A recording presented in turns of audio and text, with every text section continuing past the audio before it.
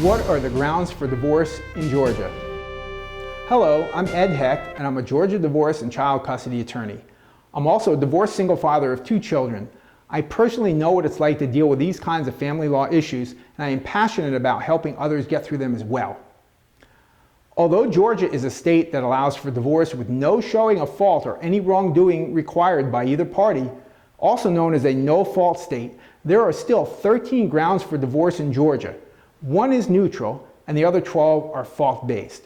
Almost all divorces in Georgia are filed using the neutral ground for divorce, which is that the marriage is irretrievably broken and there is no hope of reconciliation. So that means you don't need to allege blame for the divorce.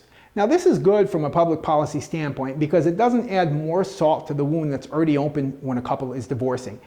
And when there are children of the marriage and the parties must continue to work together to raise their children, it's better not to have to put the reasons for their parents' divorce in a public document that the children can someday access, or that could be accessed immediately by neighbors, employers, future romantic partners, relatives, even the general public. So, the list of 12 fault-based grounds that do exist, meaning that they must be proven with evidence of wrongdoing by the other party, are as follows.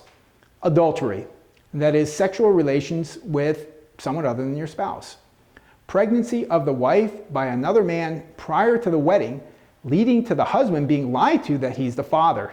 Habitual intoxication. This ground brings chronic alcoholism in as a legal ground for divorce. Habitual drug addiction.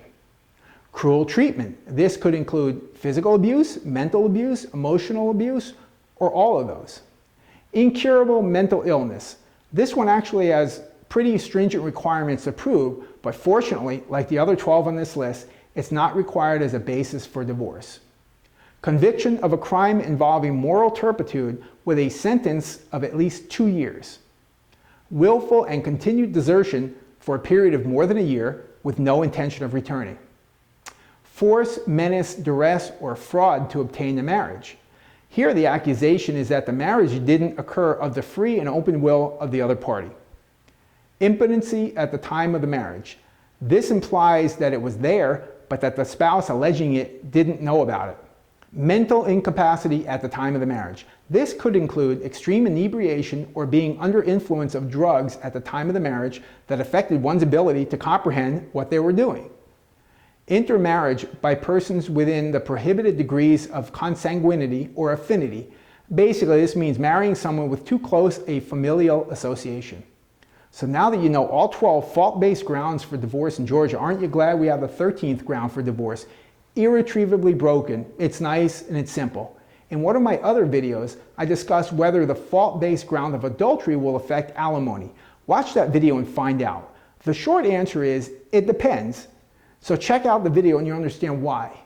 Now, I deal with these kinds of family law issues all the time in my practice, so call me at the number you see on the screen and we'll talk about your questions. You can also visit hechtfamilylaw.com and fill out the Contact Us form. Thanks for watching. I'm always happy to speak with you, and please click like or share if you're seeing this video on Facebook or YouTube so others will see this important information too.